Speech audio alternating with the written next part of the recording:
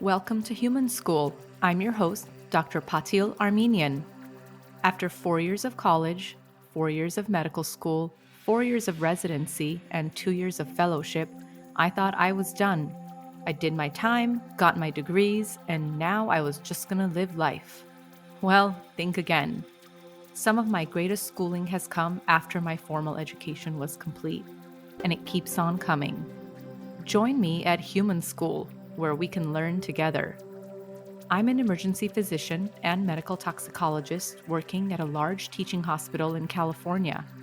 I'm also a mom, wife, sister, daughter, and friend. Whether you work in healthcare or not, you too lead a busy life. Together, let's work on how we can thrive in all of our real-world roles. On this podcast, we'll dig deep into what it means to constantly learn and evolve, to be human. Every other week, I'll share some of my personal stories, interview inspiring people, and offer tools to help you learn more about yourself. Being on the front lines in the ER, you learn a lot about life and death. And though my philosophies were born in a busy emergency room, they can apply to anyone trying to live a joyful life here on Earth. Please listen, share, and subscribe to this podcast, available on Apple Podcasts, Spotify, or wherever you get your podcasts. Follow me on Instagram at Human School Podcast, and feel free to let me know what topics or guests you want to hear about. And if you like the podcast, don't forget to rate and review it. Hi, everyone, and welcome to Human School. I took a break from the podcast for about a month because, life happens. I had to take care of my husband and my kid who were sick last month. It's been a rough winter. I feel like every single kid has had every virus known to man nonstop. Yeah, I just needed to take a break and take care of them, and also think about the podcast a little bit more and think about what I want to say and who I want to interview. I've had this growing feeling of where am I going with this? And I would love ideas on if there's people you guys want me to interview or topics you want me to talk about. Maybe we'll do a Q&A episode next. But today I finally felt that I had the space to actually come back to the podcast because I had an idea of what I wanted to talk about. It's an idea I've been thinking about for a little over a month, which is mentoring. I'm recording this on March 4, 2024, which very coincidentally happens to be the 1-year anniversary of the death of one of my dear mentors, Dr. Jean Kallsen.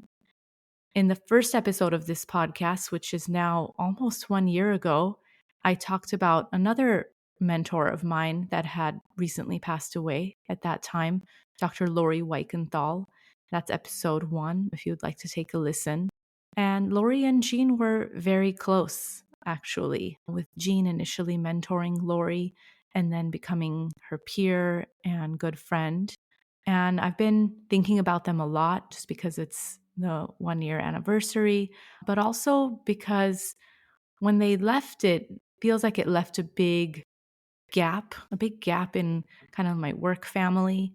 Sometimes we think our lineage is just who we're related to by blood, like my parents and grandparents and then kids. But that type of lineage is just one part of the story that really makes us who we are. When I think about my mentors and people who've helped me along the way, it starts feeling really powerful. And then when you add in the layer of realizing that I'm now the mentor for others, it becomes even more important to think about.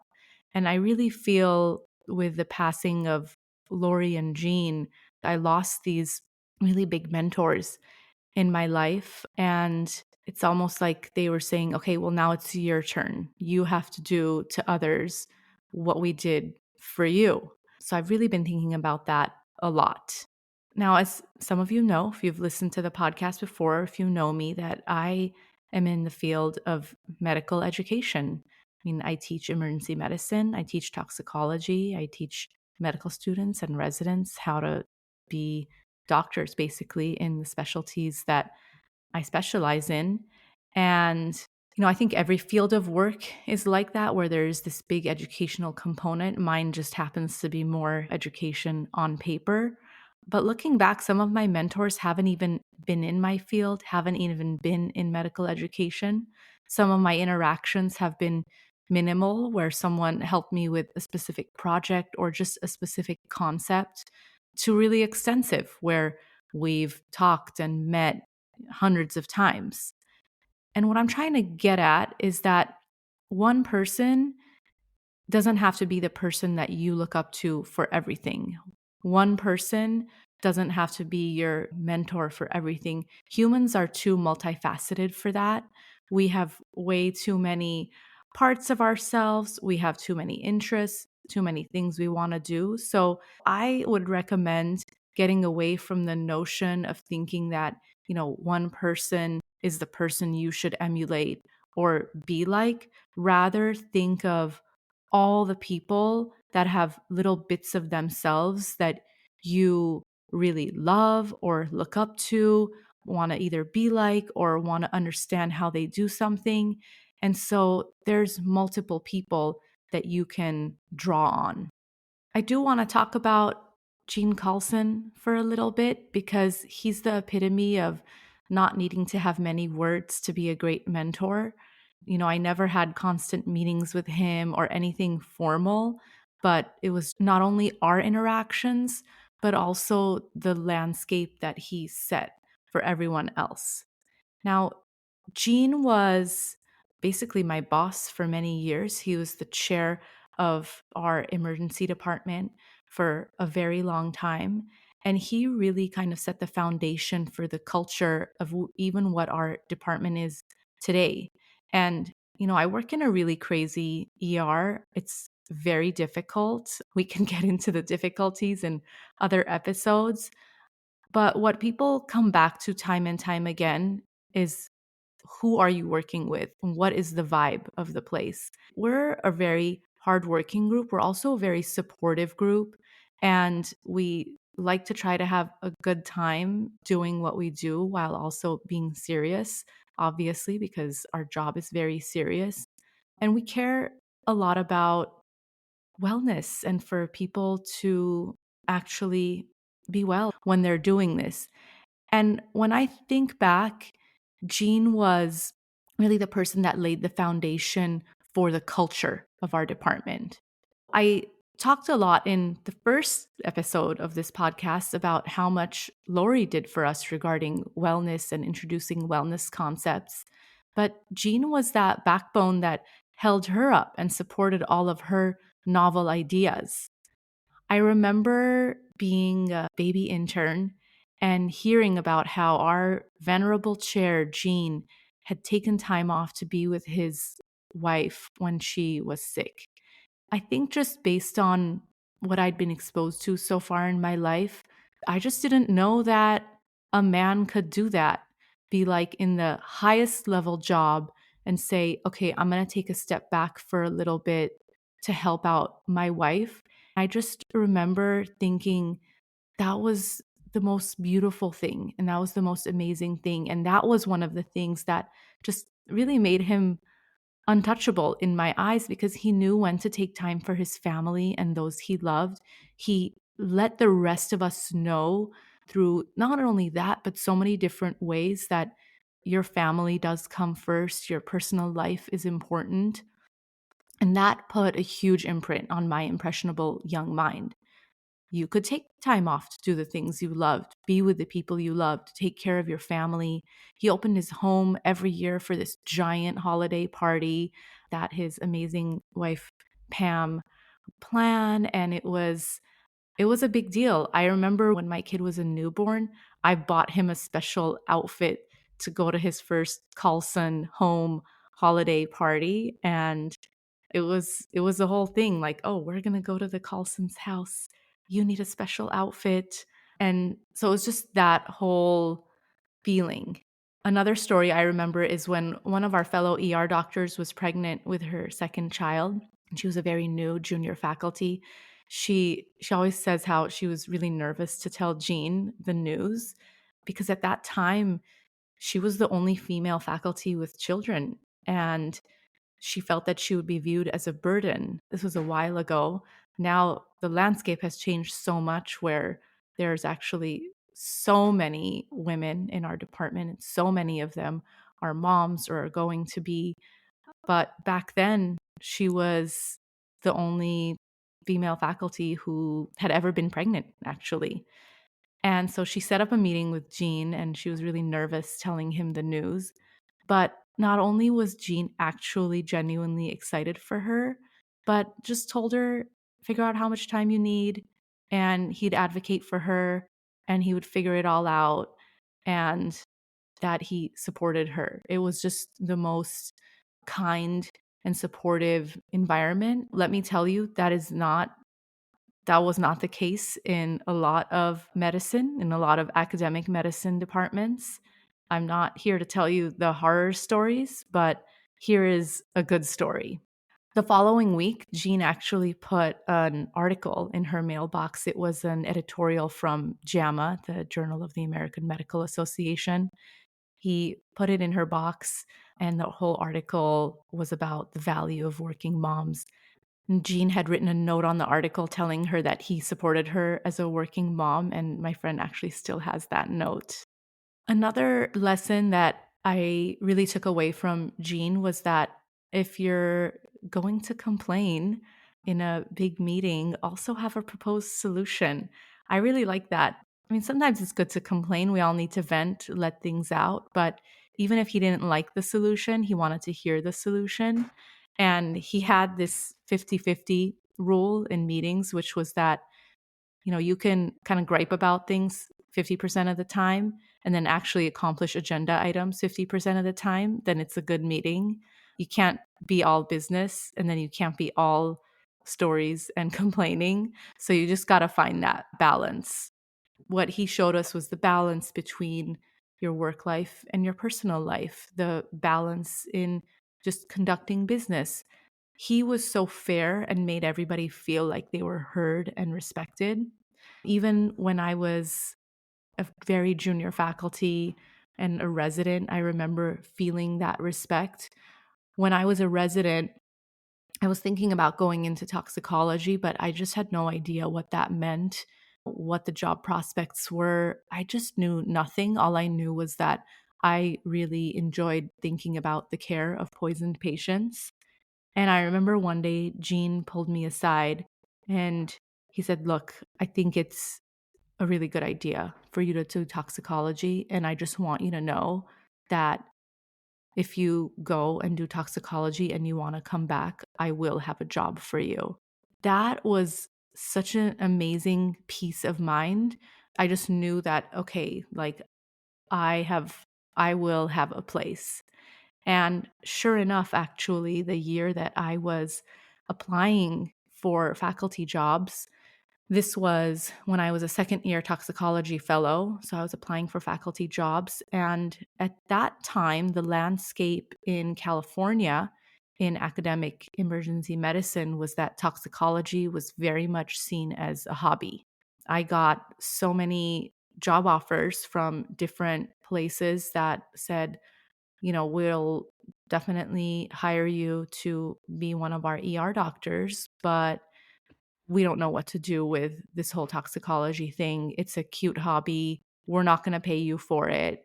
And it was just like this non-starter. Now, Gene, we weren't even technically hiring that year, but he really kind of kept his promise to me. I remember when we were talking, he said, "Look, I don't know what to do with this whole toxicology thing, but if you come here, I'll help you figure it out." That was all I needed. And Gene was one of those people that if he said, "I'm going to figure it out with you," you knew that he was. It's like his word was everything. And so I said, okay, everywhere else is saying this is a hobby. At least I have someone here who is saying, I understand it's a job and not just a hobby. It's its own medical specialty. And we're going to figure it out. And when I started as faculty, that was one of the things that I feel like from day one we started working on. And with Jean, and then later with our chair after that, Greg Hendy, we made a whole toxicology service. And now we are a consultation service like anybody else in the hospital. We're on call 24/7, 365. People transfer patients to us for higher level of care. It's really great. And Jean was the one who, again, laid the groundwork for that. I mean, I could just go on and on. I have so many Jean stories. The last one I'll say is just to give you an impression of what a great doer and mentor he was. This is when I was already a few years into being faculty, and more of our docs started having kids. And so I would hear their breast pumping horror stories. So they would either pump in their cars, in our ambulance bay, or in the ER bathrooms, which PS are like not great. I mean, you could just imagine the bathrooms in a busy ER. It just all sounded really awful to me. And again, please remember this is like over a decade ago. Now, at a meeting, I brought up the issue. And if you know me, you know that sometimes I can get a little dramatic in meetings. And so I ended my pitch for a dedicated pumping room for the ER staff with, would you want Pam pumping milk in our gross ER bathrooms? Pam being Jean's wife. And he was horrified. And Jean said, no, of course not. I'll take care of this. And really, what it was is that no one had brought up the issue before. But as soon as he knew about it, he solved it. Literally the next day, there was already a space that was dedicated, and then he worked on building a dedicated pumping room in the building with options in the ED admin offices closer to the department. And I'm pretty sure that the office that we started using was actually his office that he gave up for the cause. I mean, just amazing, right? This is also why representation matters. So, in those high level meetings, it was always men. I was one of the first women that was in those meetings and then introducing these topics along with Lori. So, it wasn't that they were actively trying to not make things easy for working mom doctors in the ER. It was that literally nobody had done it before. So they just didn't know what the needs were. And as soon as he knew, he fixed it. And that was the thing. He would just do things without fanfare, no ego or arrogance. And in medicine, there's a lot of egos, a lot of policies, a lot of rules. And he just never seemed to be fazed by those rules. So, especially today, I'm thinking about him a lot and really just thinking about how it's really important to understand the tone that people set around you. And he really set that tone and always made my ideas feel welcome and that I was supported. I'm so lucky to have had a mentor like that. Now, mentors can be your elders. Like I've really talked about my elders so far. I've been so excited to interview some of them on this podcast, but they can also be your peers.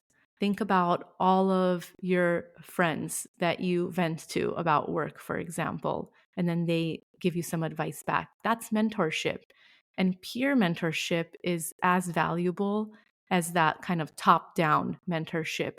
Really, we need opinions and help from all sources.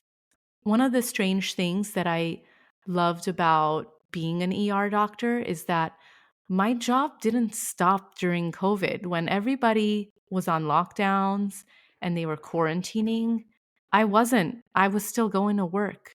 I felt so lucky that I got to go to work actually and see all of my friends, all the nurses and techs and doctors and people from other departments. We had phases where before it got really bad, where it was actually really slow. People weren't really coming to the ER.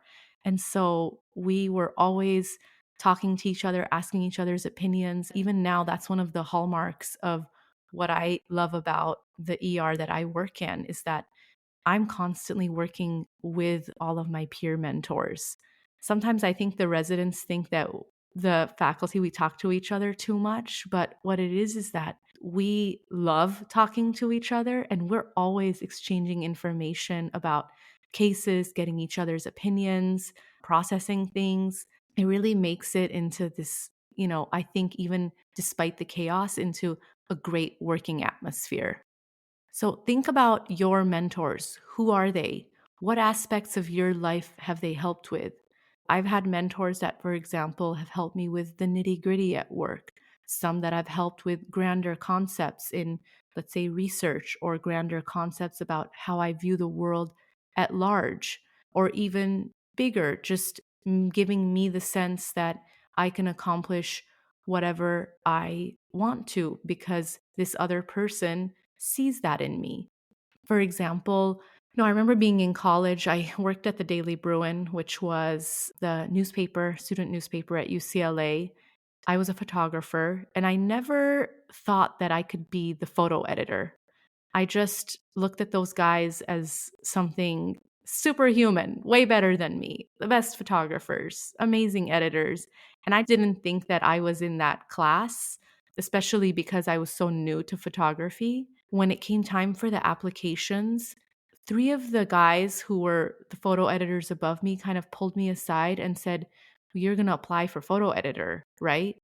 And I was like, "No, what are you guys talking about?" And they were like, "Well, what are you talking about? You're obviously next in line and you have the potential." Until they told me, I literally didn't even think that I could be the photo editor. It hadn't even crossed my mind. But because they said it, I actually started seeing it, and then I applied, and then I became the photo editor. And it was really the best experience of my entire education at UCLA to be able to do that.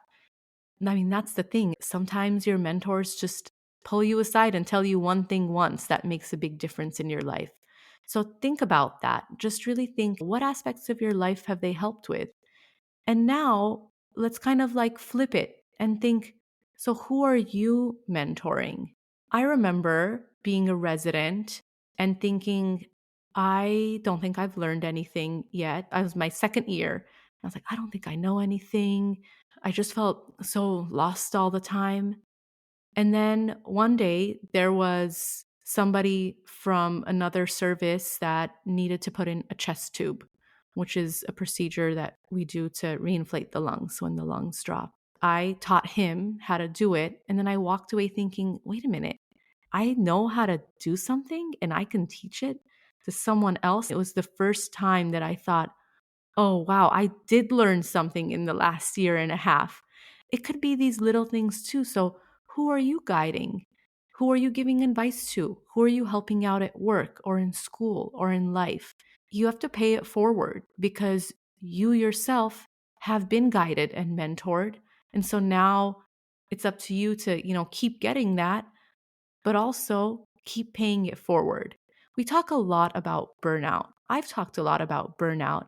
And something I really discovered just in this year that I think is a great antidote to burnout is in engaging with students, those fresher on the path than you, engaging with anybody that you yourself can mentor.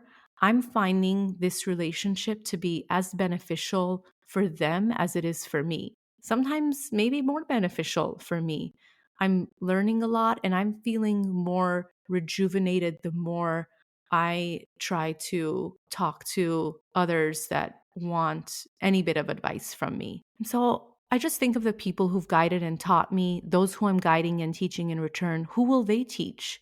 Humans need community. We're tribal beings. And community doesn't just mean your blood relatives, your like family that you're genetically related to. Community is more. It's everyone else around you. So look around. Who inspires you? Who do you want to inspire and guide in return? These relationships are so important and so important to foster. The more we think about the tidbits we've learned from others and then what we want to pass on to someone else, the more that's also going to keep us engaged in our community of whatever work it is that we're doing or whatever we're doing in our lives, because we need that sense of being, that sense of togetherness, that really drives us forward and really keeps us, I think, happier in our everyday lives. So I think I've given you some stuff to chew on. Think about it. If you think of any comments, please feel free to message me. Also, if you have anything else you want me to discuss, please let me know. Thanks for listening. Please like, subscribe, share, and download the podcast. And again, you can find us at Human School Podcast on Instagram. I'd like to thank Dr. Zach Effron for the theme music. And I'd just like to make a general disclaimer that any of the institutions I work for, including Community Regional Medical Center, UCSF, UCSF Fresno, and American Ambulance, have nothing to do with any of my thoughts or opinions, and so we'll kindly leave them out of this. Thanks, everyone. See you next time.